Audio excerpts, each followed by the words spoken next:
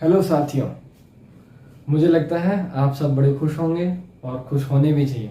और आपका स्वागत है मेरे YouTube चैनल पर लर्न विथ माधव पर। आज मैं आपके साथ एक बड़े ही इम्पोर्टेंट और इजी टॉपिक पर चर्चा करूंगा। उस टॉपिक का नाम है कॉम्प्लेक्स नंबर। अब आप लोग सोच रहे होंगे कि हमने तो रियल नंबर के बारे में सुना है, ये कॉम्प्लेक्स नंबर क्या होता है और हमें इसके बारे में क्यों जानना चाहिए। ऐसी क्या जरूरत आन पड़ी कि हमें रियल नंबर के अलावा कॉम्प्लेक्स नंबर को भी पढ़ना है। तो मैं आपको बताता हूँ कि हमें कॉम्प्लेक्स नंबर की जरूरत क्यों पड़ी। तो सुनिए, बात है एक क्वाड्रेटिक इक्वेशन की, जिसकी वजह से हमें कॉम्प्लेक्स नंबर को जानना पड़ रहा है, सीखना पड़ रहा है। वो क्वाड्रेटिक इक्वेशन आप लोग भली भांति जानते हैं, मतलब आप उसको देखते आ रहे हैं अपनी प्रीवियस क्लासेस में भी। और वो बड़ी छोटी सी इक्वेशन है और बड़ी आसान सी इक्वेशन है, पर उसकी वजह से हमें एक नया नंबर सिस्टम की जरूरत आन पड़ी। तो मैं बताता हूं कि वह कौन सी क्वाड्रेटिक इक्वेशन है जिसकी वजह से हमें कॉम्प्लेक्स नंबर पढ़ना पड़ेगा। तो देखिए, हमारे मैथ्स में एक क्वाड्रेटिक इक्वेशन है x² + 1 = 0। इसी क्वाड्रेटिक इक्वेशन को जब हम सॉल्व करते हैं तब हमें मिलता है x² = -1। तो यहां पर हम देखते हैं कि x रूट के अंदर -1 आ जाता है। तो यहां पर हम सोच रहे हैं कि रूट के अंदर नेगेटिव नंबर कैसे आ सकता है। हमें तो ऐसा पता ही नहीं कि ऐसे कौन से दो नंबर्स हैं जिनको मल्टीप्लाई करने पर हमें -1 मिलेगा। ऐसा तो कोई सा नहीं है, क्योंकि रूट में क्या होता है, दो सेम नंबर को मल्टीप्लाई करना पड़ता है, पर दो सेम नंबर हमें मिलेंगे नहीं जिसका मल्टीप्लिकेशन करने पे हमको -1 मिल जाए। ऐसा क्यों होता है वो जानिए। देखिए आप, क्योंकि जब हम पॉजिटिव नंबर को पॉजिटिव से मल्टीप्लाई करते हैं तब हमें क्या मिलता है, पॉजिटिव नंबर मिलता है। और जब हम नेगेटिव नंबर को नेगेटिव नंबर के साथ मल्टीप्लाई करते हैं तब हमें पॉजिटिव नंबर मिलता है। और जब हम पॉजिटिव नंबर को नेगेटिव नंबर के साथ मल्टीप्लाई करते हैं तब हमें नेगेटिव मिलता है। और ऐसा ही है कि जब हम नेगेटिव नंबर को पॉजिटिव नंबर से मल्टीप्लाई करते हैं तब हमें नेगेटिव नंबर मिलता है। तो रूट में क्या कंडीशन थी कि दोनों नंबर सेम होने चाहिए, और जब नेगेटिव साइन आएगा उसके लिए क्या है कि या तो एक पॉजिटिव हो और एक नेगेटिव हो, एक नेगेटिव हो या एक पॉजिटिव हो। तो -1 के लिए तो हमें दो सेम नंबर तो नहीं मिल सकते। तो हमारे लिए यहां पर प्रॉब्लम हो जाती है कि रूट के अंदर -1 को कैसे सॉल्व करें, क्योंकि हमारे पास वो दो सेम नंबर तो नहीं मिलेंगे जिनका मल्टीपल -1 आता हो, तभी तो हम -1 का रूट निकाल पाएंगे। तो ये प्रॉब्लम हमारे सामने आ गई। तो इसी प्रॉब्लम को टैकल करने के लिए हम अपने नंबर सिस्टम को रियल नंबर से कॉम्प्लेक्स नंबर सिस्टम में एक्सटेंड करते हैं। हम कुछ नए नंबर्स को इमेजिन करते हैं। देखिए आप कैसे करते हैं। तो यहां पर हमने क्या देखा कि हमारे पास प्रॉब्लम आ गई x² = -1 और x = √-1। अब इसको कैसे सॉल्व करें। तो हम क्या सोचते हैं यहां पर कि हम x = रूट के अंदर -1 को आयोटा मान लेते हैं। आयोटा एक इमेजिनरी नंबर है जिसे हम इंग्लिश के अल्फाबेट I से दिखाते हैं। इसके बारे में सबसे पहले हमें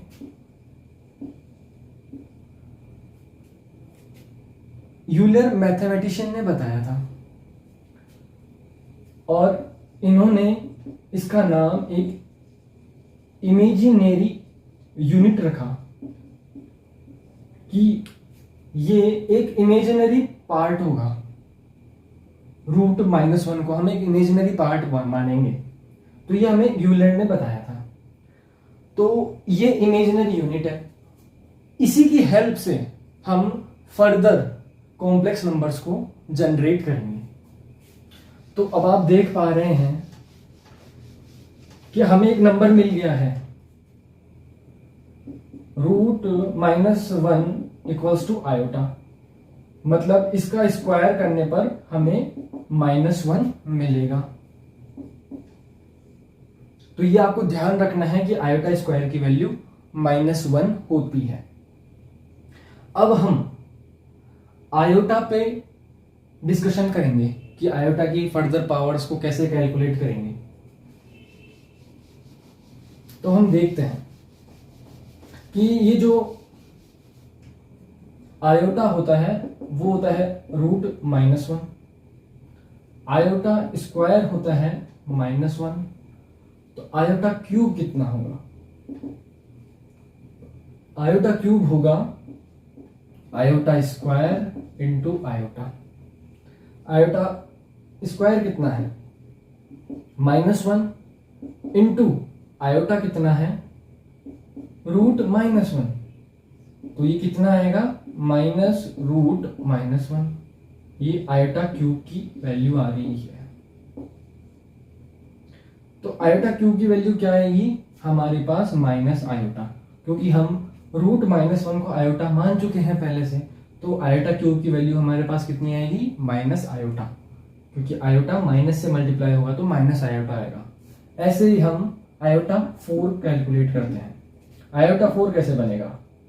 iota square into iota square से भी कर सकते हैं हम, और हम आयोटा 4 को कर सकते हैं आयोटा क्यूब इंटू आयोटा। आपको जैसा सही लगे वैसा करके देख सकते हैं। हम दोनों से ट्राई करेंगे। आयोटा स्क्वायर की वैल्यू कितनी है हमारे पास? -1, और आयोटा स्क्वायर भी -1, तो ये -1 इंटू -1 हो गया +1, तो आयोटा की पावर 4 कितनी आई? +1। अब हम इससे करके देखेंगे। आयोटा की पावर 3 की वैल्यू कितनी है? माइनस आयोटा और इंटू आयोटा, तो माइनस आयोटा स्क्वायर हो गया ये। आयोटा स्क्वायर की वैल्यू कितनी होती है? -1, और ये पहले से माइनस था, तो माइनस माइनस प्लस, तो आयोटा की पावर 4 कितनी आ गई? 1। तो चाहे आप ऐसे फाइंड आउट करें चाहे ऐसे फाइंड आउट करें, आयोटा की पावर 4 की वैल्यू 1 आएगी। तो ये आयोटा की 4 तक की पावर्स हुई। अब आगे हम पावर पता करते हैं। क्योंकि आयोटा कॉम्प्लेक्स नंबर की इमेजिनरी यूनिट है, सबसे पहली यूनिट है, तो इसी से हम फर्दर कॉम्प्लेक्स नंबर्स को जनरेट करते रहेंगे, मतलब कॉम्प्लेक्स नंबर्स को बनाते रहेंगे। तो कुछ नंबर में हम आयोटा का मल्टीपल्स भी देखेंगे, इसीलिए हमें आयोटा की पावर्स निकालना आना चाहिए। अब जैसे देखिए, आप आयोटा की पावर 5 देखते हैं। आयोटा की पावर 5 कितनी होगी? आयोटा की पावर 4 इंटू आयोटा। जैसे कि हम जानते हैं कि आयोटा की पावर 4 कितनी होती है? 1 इंटू आयोटा, तो आयोटा की पावर 5 कितनी है? आयोटा के बराबर आई। ठीक है, अब हम आयोटा की पावर 6 फाइंड आउट करते हैं। वो कितना होगा? आयोटा की power 4 into iota square. Iota की पावर 4 हमको पता है कि 1 होती है, और आयोटा स्क्वायर -1 होता है, तो ये कितना है? -1। तो आयोटा की पावर 6 कितनी आ गई? -1। तो आपको ध्यान रखना है कि आयोटा की सभी पावर्स को निकालने के लिए आयोटा की पावर 1, आयोटा की पावर 2, आयोटा की पावर 3 और आयोटा की पावर 4 तक आपको याद रहनी चाहिए, क्योंकि उसकी हेल्प से अपन फर्दर उसकी पावर्स को फाइंड आउट कर सकते हैं। जैसा कि आप यहाँ पर देख पा रहे हैं कि आयोटा की पावर 5 को अपनों ने आयोटा की पावर 4 से पता किया, आयोटा की पावर 6 को आयोटा की पावर 4 और 2 से पता किया। हम चाहते तो आयोटा की पावर 6 को आयोटा की पावर 3 इंटू आयोटा की पावर 3 से भी पता कर सकते थे। अब आयोटा की पावर 3 कैसे निकालेंगे हम? Iota square into iota square into iota. Iota square क्या होता है?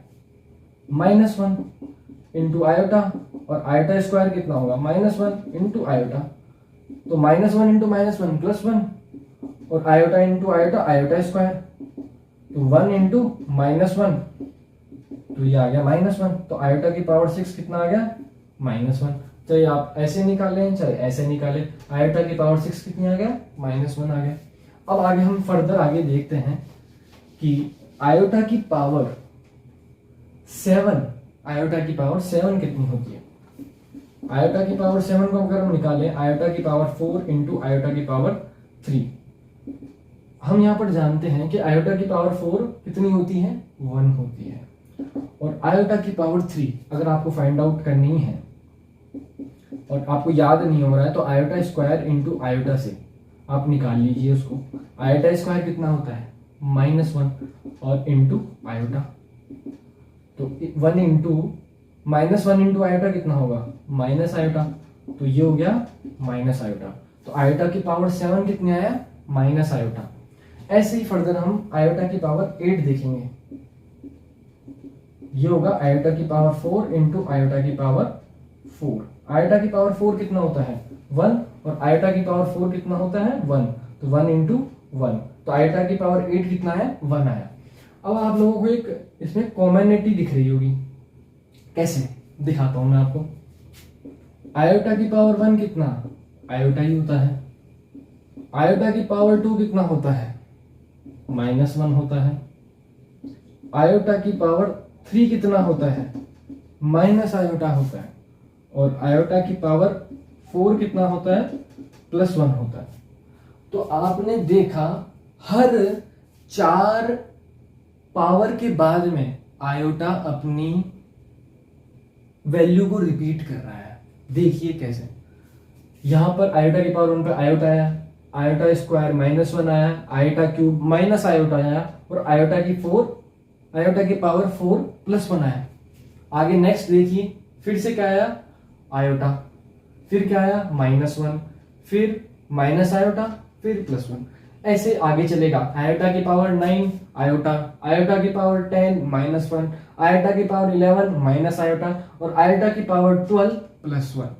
तो ऐसे ऐसे ये इसकी साइक्लिसिटी बन रही है, मतलब हर 4 पावर के बाद में ये अपनी वैल्यू को रिपीट कर रहा है।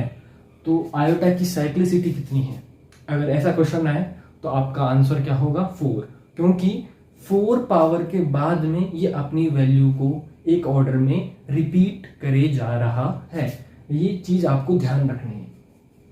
तो आपने एक तो इसकी साइक्लिसिटी समझी, आप आयोटा की पावर्स को कैलकुलेट करना सीखा, कैसे, आयोटा की पावर 1, आयोटा की पावर 2, आयोटा की पावर 3 और आयोटा की पावर 4 के थ्रू आप आयोटा की कितनी भी पावर्स को कैलकुलेट कर सकते हो। अब हम आगे इसकी और पावर्स, बड़ी पावर्स को कैसे कैलकुलेट करेंगे उसको सीखते हैं। आइए,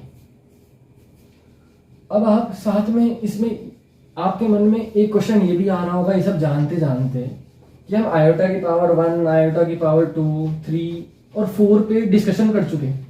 अब आप सब सोच रहे होंगे, अगर आयोटा की पावर 0 हो तो क्या होगा।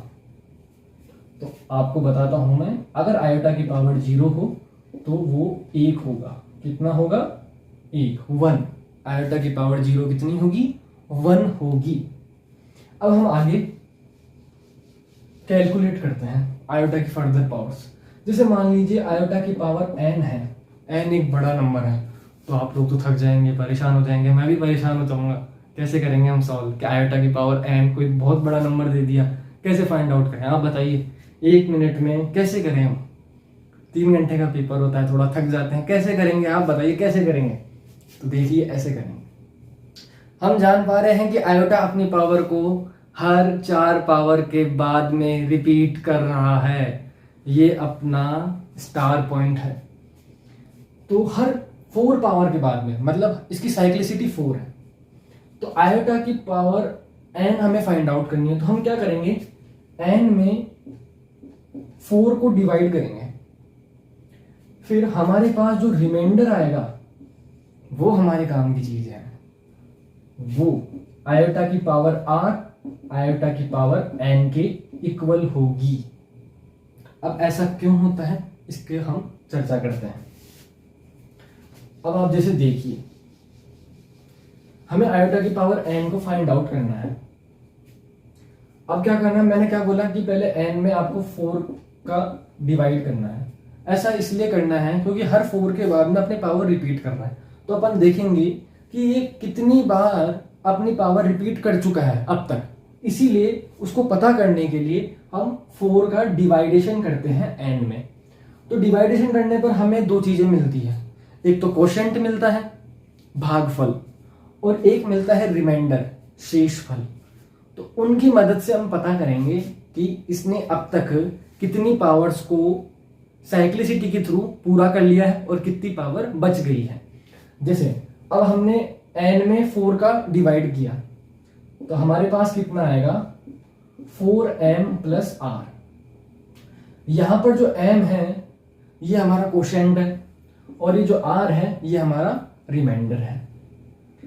अब हमें ध्यान रखना है कि ये 4m तक तो ये अपनी साइक्लिसिटी कंप्लीट कर चुका है, उसके बाद में तो ये पावर बची हुई है, तो हमें काम इसी पावर पे करना है। क्योंकि 4m तक की पावर मतलब 4 की पावर तक पे तो आयोटा की वैल्यू कितनी होती है, 1 होती है। तो आयोटा की पावर जब 4m रहेगी तब तक उसकी पावर 1 आती रहेगी। तो हमारा काम हमें कहाँ पे करना है, r पर करना है। तो आयोटा की पावर n के लिए हम पहले r फाइंड आउट करेंगे 4 का डिवाइड करके n में, और फिर जब हमें r मिल जाएगा वो आयोटा की power n equals to iota की पावर r होगा।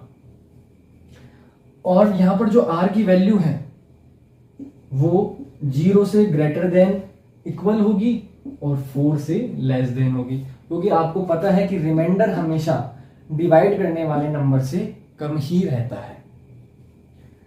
अब हम इसको सॉल्व करके देखते हैं कि दिखता कैसे है। तो हम एक एग्जांपल लेते हैं।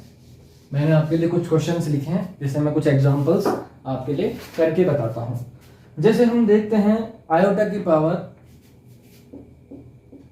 135 और एक है आयोटा की पावर 19। ये 2 क्वेश्चन करते हैं हम आपके लिए। तो आयोटा की पावर 135 इसको सॉल्व करना है, तो बहुत बड़ी पावर है, कैसे करा जाए। तो जैसा कि मैंने आपको बताया था कि कोई भी नंबर हो पहले उसमें क्या करना है, हमें 4 का डिवाइड करना है। तो 135 में हम 4 का डिवाइड करते हैं,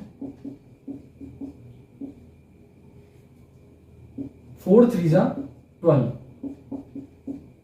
4 4 जा 16 होता है, तो 4 पे तो जाएगा नहीं, वापिस से 3 पे जाएगा, तो 4 3 जा 12, 3। तो यहां पर क्या आया, ये तो हमारा क्या क्वोशेंट रहा जो m हमने पहले बात की थी, और ये क्या है हमारा रिमाइंडर r। तो हमारा काम इससे ही होगा, क्योंकि 33 टाइम्स ये अपनी साइक्लिसिटी पूरी कर चुका है। तो 33 टाइम्स तक इसकी वैल्यू 1 आ रही थी, उसके आगे 3 पावर और बची है। इसी से डिसाइड होगा कि आयोटा की पावर 135 कितनी होगी।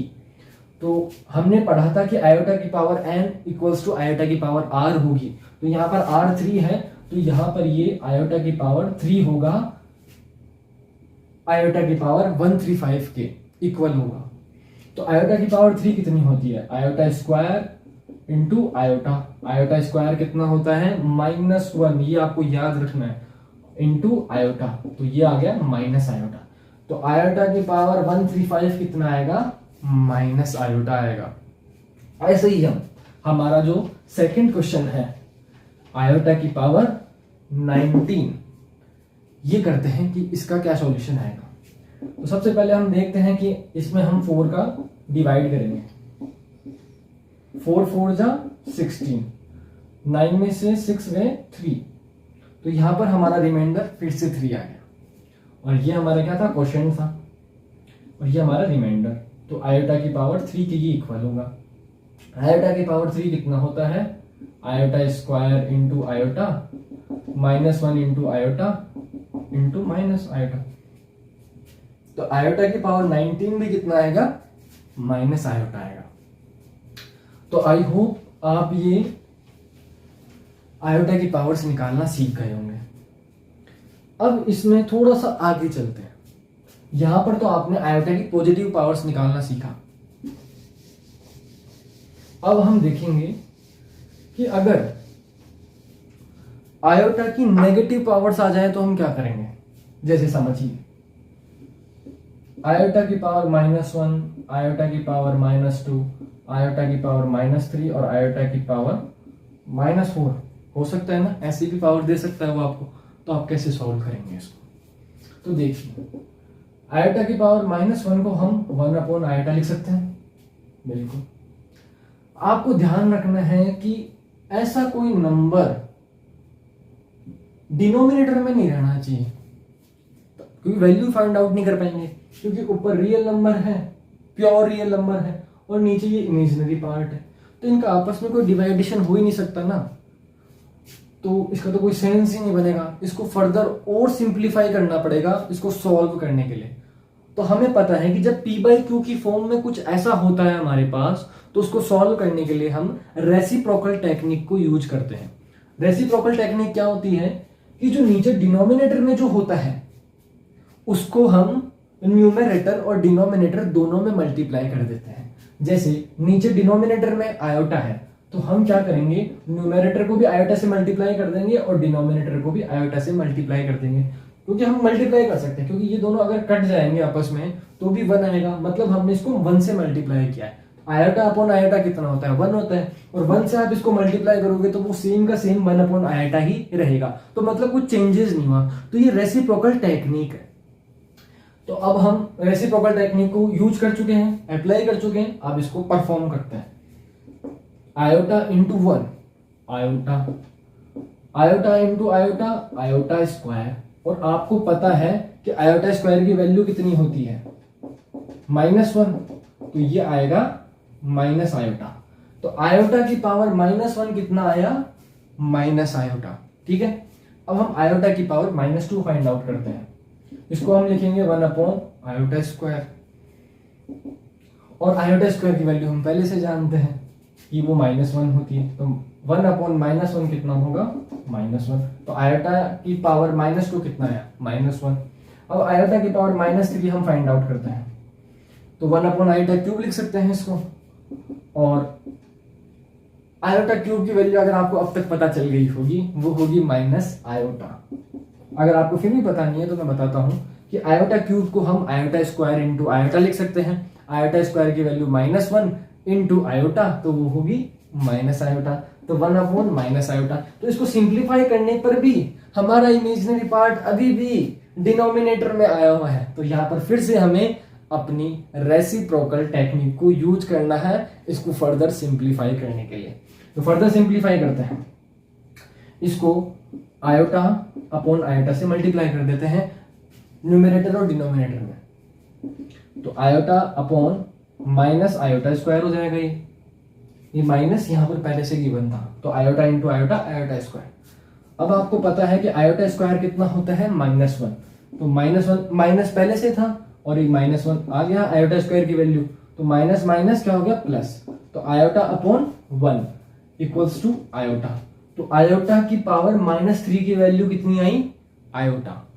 अब हम आयोटा की पावर -4 को कैलकुलेट करेंगे, तो 1 अपॉन आयोटा 4, ये कितना होगा, iota square into iota square. Iota square की वैल्यू आपको पता है वो -1 होती है, तो -1 इंटू -1 कितना होगा, +1, तो 1 अपॉन 1 तो आयोटा की पावर -4 कितनी होगी, 1।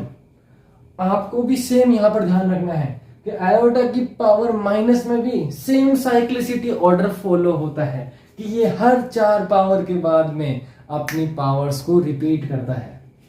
आप देखेंगे कि आयोटा की पावर -5 भी माइनस आयोटा आएगा, आयोटा की पावर -6 भी -1 आएगा, आयोटा की पावर -7 भी प्लस आयोटा आएगा, और आयोटा की पावर -8 भी 1 आएगा। अब आप लोग ये साथ में ये भी ध्यान रखिएगा, मैं दूसरे मार्कर से लिख देता हूं आप लोगों की सहूलियत के लिए, कि आयोटा की पावर 1 आयोटा होती है, जबकि आयोटा की पावर -1 कितनी होती है, माइनस आयोटा। आयोटा की पावर 2 कितनी होती है, -1। तो जहां पर भी है कि आयोटा की पावर -2 -1 ही आ रही है। ठीक है, अब हम देखते हैं कि आयोटा की पावर 3, आयोटा की पावर 3 कितनी आती है, वो आती है माइनस आयोटा, जबकि आयोटा की पावर -3 प्लस आयोटा आता है, और आयोटा की पावर 4 +1 आता है, जबकि आयोटा की पावर -4 भी +1 आ रहा है। तो आपको साइक्लिसिटी में ये ध्यान रखना है कि कहां पर किसकी वैल्यू क्या है और किसकी वैल्यू कैसे निकाल रहे हैं। फर्दर इसके थ्रू आप अपनी एनसीईआरटी के आयोटा की पावर्स वाले क्वेश्चंस को सॉल्व कीजिएगा। हमें लर्न विद माधव पर ऐसा लगता है कि आपकी पढ़ाई में इन वीडियोस के थ्रू कुछ वैल्यू ऐड हो रही होगी। तो फर्दर और ऐसे वीडियोस आपको मिलते रहें, उसके लिए हमारे चैनल को लाइक कीजिए, शेयर कीजिए और सब्सक्राइब कीजिए, और साथ में बेल आइकन को दबाना मत भूलिएगा। आपको टाइम पर नोटिफिकेशन मिलता रहेगा। Thank you.